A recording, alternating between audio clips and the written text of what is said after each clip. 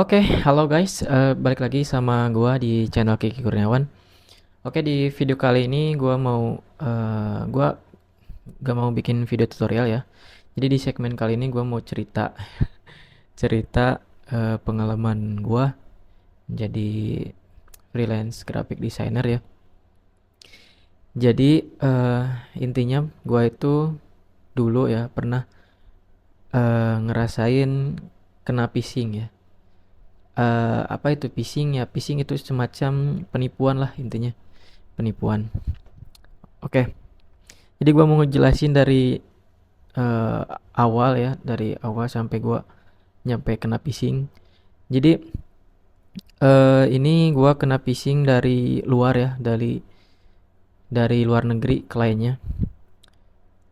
Oke, jadi awal mulanya itu eh gua dapet DM ya, dapet DM dari klien luar ya, orangnya pokoknya profilnya itu dia pakai ya pokoknya wajah luar negeri gitu kan, terus ya nge-DM-nya pakai bahasa Inggris juga. Nah, habis itu dia nge-DM lah gitu, halo, saya tertarik dengan profil anda gitu, kalau misalkan di Indonesia kan ya, gitu, saya tertarik dengan profil anda dan project-project yang anda sudah lakukan gitu kan, soalnya dia nge-DM ke IG portofolio gua gitu.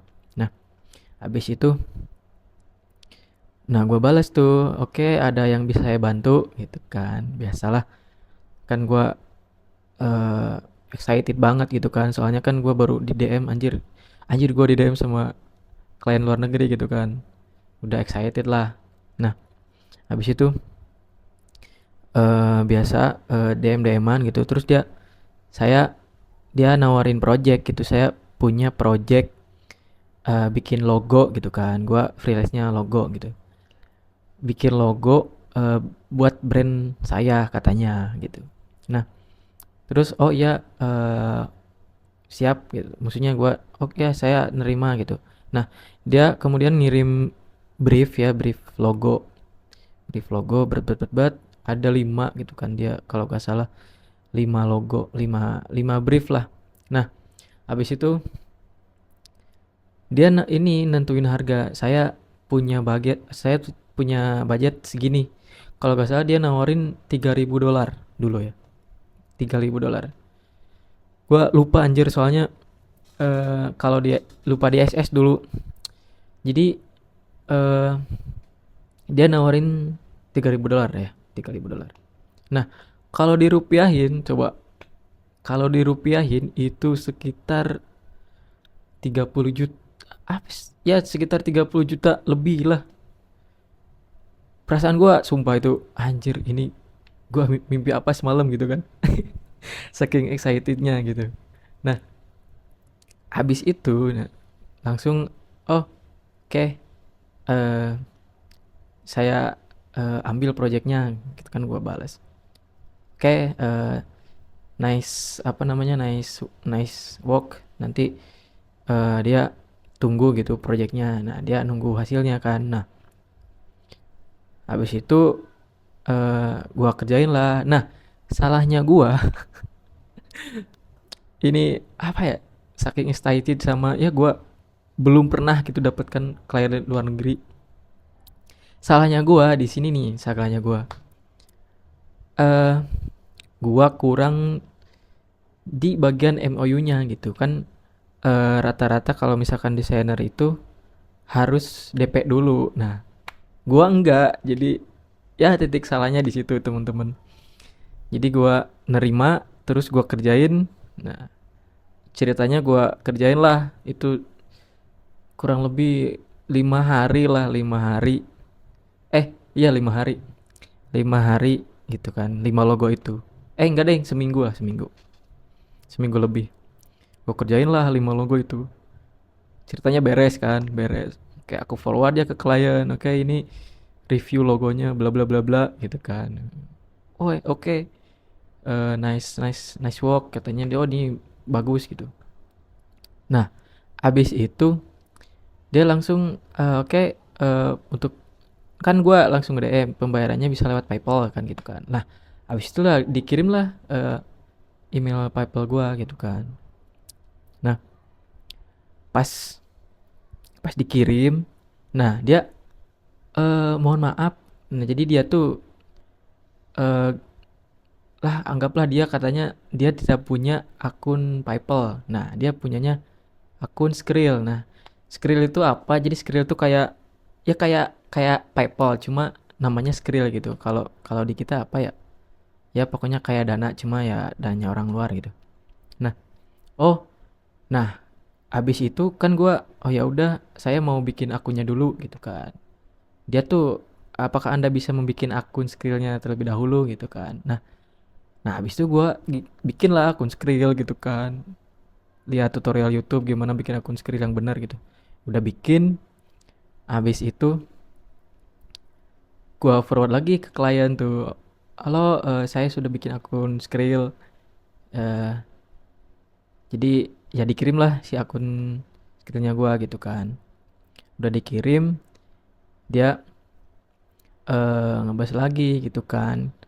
Nah habis itu adalah pemberitahuan gitu kan. Dia, "Oh iya saya mau TF," kata dia. Nah habis itu ada pemberitahuan ke Gmail gua kan, Gmail Skrill gua. Nah habis itu di pemberitahuannya ada eh, batas pengiriman gitu kan. Batas pengiriman di akun Skrill itu $500. Nah kan dia ngirimnya 3.000 gitu kan. Nah habis itu dia di dalam apa namanya di dalam emailnya itu, email dari Skrill. Nah dia katanya harus transfer dulu $500 katanya gitu. Jadi kalau misalkan si uang yang tadi tuh yang 3.000 itu mau masuk ke Skrill itu katanya di ceritanya aku ini gak ngeh gitu kan. Ceritanya gak ngeh itu penipuan. Nah, eh kalau mau misalkan yang $3.000 itu masuk ke Skrill itu harus apa namanya? Kita tap dulu ke sana $500 $500 gitu kan. Nah, habis itu ya gue kan aduh ini bener apa enggak gitu kan. Ya udahlah. Habis itu gue pernah gini nih. Eh gue pernah nge-DM ke apa nge-DM lagi lah ke sana. Eh kan gue juga was-was ya. Gini nih, langsung gue ini DM, ini apakah udah ini penipuan apa enggak? Saya mau memastikan gitu kan. Habis itu, oh enggak, ini aman kok, cina katanya. Habis itu ya gue terus kan gue di situ gak ada ya $500 gitu kan, gak punya anjir $500 dari mana. Habis itu gue bilang lah saya tidak punya saldo gitu kan sebesar itu untuk memenuhi syarat gitu kan. Habis itu kan di saldo gue ada berapa ya? Gue punya saldo kalau nggak salah 4 juta. 4 juta kan di rekening gue. Berarti kalau misalkan mau ditukar ke dolar 2 juta. Kalau 2 jutanya ke dolar berarti sekitar $100. Nah, gue cari-carilah ada kayak jasa top up Skrill gitu kan.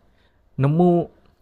Jadi ya gua top up tuh $100 gitu kan, 2 juta. Lebih lah dikit. Nah, habis eh itu pokoknya gua maksudnya nggak ngeh itu penipuan, maksudnya nggak sadar gitu kan. Saking saking excited sama ya pokoknya apa ya perasaan gua anjir ini gua dapet klien dari luar negeri gitu kan. Nah, habis itu gua top up lah Skrill $100 gitu kan. Habis itu eh terus gua apa ya curi maksudnya penasaran penasaran lagi gitu kan biar enggak apa namanya biar enggak penipuan gitu.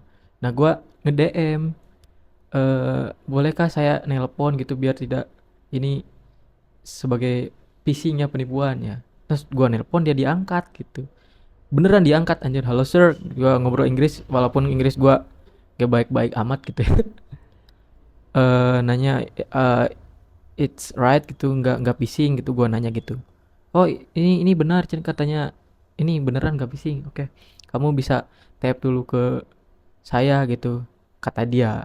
Ya udah Apa, sepolos-polosnya gua dulu ya pas, pokoknya ya gimana kan perasaan orang excited gitu kan. Nah habis itu gua ngobrol gitu kan, saya tidak punya $500, tapi saya punya, eh gua $800 gitu kan. Kalau kalau 800 80 ya, kan tadi gua top up 100 gitu kan, $100. Nah habis itu saya tidak punya $500 kata gua. Saya cuma punya $80 gitu kan, takut takut saldo gua habis kan buat disimpan gitu. Nah habis itu gua, bodohnya gua, sebaliknya ini lucu banget semua. Bodohnya gua itu gua TF ke dia anjir $80 di Skrill. Nah habis itu ada pemberitahuan lagi kan di Gmail. Terima kasih Cina, Anda sudah TF. Nah, habis itu ada pemberitahuan lagi, dana tidak akan muncul kembali. Pokoknya ada notif loading gitulah. Ya, pokoknya gua percaya gitu kan, loading gitu. Nah, habis itu kok ini gak masuk gitu kan, dananya gak ada, notifnya gak ada. Nah, di situ tuh gua mulai curiga anjir. Gua gua mulai curiga, apa ya ini, ya anjir ini penipuan cok gitu kan kata gua. Nah, habis itu gua inilah nge-DM Bang ini, Bang Bang pokoknya dia seorang YouTuber, dia seorang graphic designer juga. Gua nge-DM pokoknya dia, vendornya ini Caps Lock ya. Kalian bisa ceknya di Instagram, dia Caps Lock ID. Gua DM, "Bang, mau nanya. Ini saya dapat ini gua apa udah screenshot gitu kan. Ini kayak ini. Oh, itu kamu penipuan," kata si, abang caps lock gitu kan. "Kamu penipuan. Itu penipuan," katanya. Anjir. "Kamu cina udah ngirim apa namanya?" "Saya udah ngirim uang sih, Bang." "Wah, itu kamu udah kena tipu, kena phishing. Itu kalau misalkan kamu nge-share link apa, Gmail juga kamu tarik aja," cina. Ya udahlah gua tarik itu semua email, semua, pokoknya yang penting-penting dari gua gitu kan. Anjir dari situ gua, ini gua kena tipu cok gitu kan. Dari situ gua down banget gitu kan.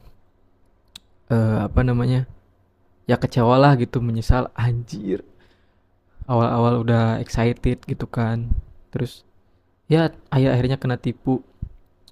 Sumpah itu ya pengalaman pahit ya. Mungkin saya juga, apa ya, eh banyak juga dari teman-teman grafik, seorang freelancer gitu yang ngalamin kayak gitu ya. Cuma ya jangan sampai semua ngalamin pokoknya ya, jangan sampai, jangan pokoknya. Jadi di situ kalau gua dihitung-hitung ya teman-teman. Jadi pokoknya ceritanya nyampe situ ya. Jadi, ceritanya gua konsul, habis konsul itu gua, sadar gitu kan, sadar, akan hal phishing itu, skemanya kayak gitu kan. Nah, habis itu gua, ini kalau ditotalin kerugian kerugian gua itu kena berapa ya? 2 jutaan lah, 2 jutaan gara-gara ya itu phishing itu ya. Gara-gara itu kena 2 jutaan lah gitu. 2 juta kan sayang guys, anjir, sumpah. Nah, habis itu, gua sadar gitu kan, gua sadar, wah ini penipuan. Eh, nah habis itu gua, eh diblok lah itu si apa namanya, si akun, klien gak jelas itu gua blok, gua laporin gitu kan. Terus habis itu, udah gitu. Gua kalau misalkan gua dapat DM-an lagi, terus gua cek dulu nih profilnya bener enggak gitu. Terus, eh kalau misalkan dia matok harganya ngotak enggak gitu kan. Kan masa tadi kalau menurut logika kan 5 logo itu 3.000 dolar gitu kan. Jadi ini pesan ya, apa namanya? eh Jaga-jaga aja ya buat teman-teman gitu, teman-teman freelancer dimanapun ya kamu berada, khususnya di Indonesia. Jadi harus waspada ya terkait phishing ini, penipuan ini. Jadi harus bijak lah.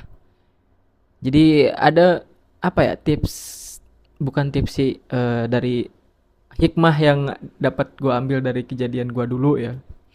Jadi yang pertama, kalau misalkan kalian dapat DM dari luar ya, di luar negeri, kalian harus di cross check dulu gitu ya, dilihat profilnya, oh ini profilnya bener orang apa enggak, perusahaan bener apa enggak gitu. Terus eh di di skemain MOU-nya gimana gitu. Kalau misalkan proyeknya mau digarap, mau nggak mau si kliennya itu harus ada MOU gitu, nge-DM, kirim uang ke kita gitu ya, minimal setengahnya gitu. Terus si uangnya juga asli nyampe gitu, jangan sampai ini ya sama kejadian gua gitu. Ya itulah pokoknya mah kisah pahit. Sumpah gua nggak pengen itu kejadian terulang kembali gitu ya. Jadi pesan gua bagi teman-teman freelancer, tetap semangat gitu ya. Ya mungkin kalau misalkan udah kejadian gitu ya, ambil hikmahnya, jangan sampai kejadian itu terulang kembali. Oke, mungkin gitu aja ya guys. Ini sharing-sharing sharing-sharing antar freelancer gitu kan. Oke, kalau misalkan video ini bermanfaat dan juga bisa nge-infoin ke kalian terkait phishing gitu kan. Ini asli gua alamin sendiri gitu, gak bohong. Jadi mungkin bisa jadi apa ya, acuan lah buat teman-teman buat lebih waspada gitu terhadap penipuan. Oke, mungkin segitu aja video kali ini. Jangan lupa like dan subscribe gitu ya buat channel ini biar berkembang gitu. Kita sharing bareng-bareng ya sekitar seputar grafik, bukan seputar grafik, seputar freelancer gitu ya. Oke, itu aja teman-teman. Terima kasih. Jangan lupa like, comment, subscribe. Sampai jumpa di video selanjutnya. Bye bye.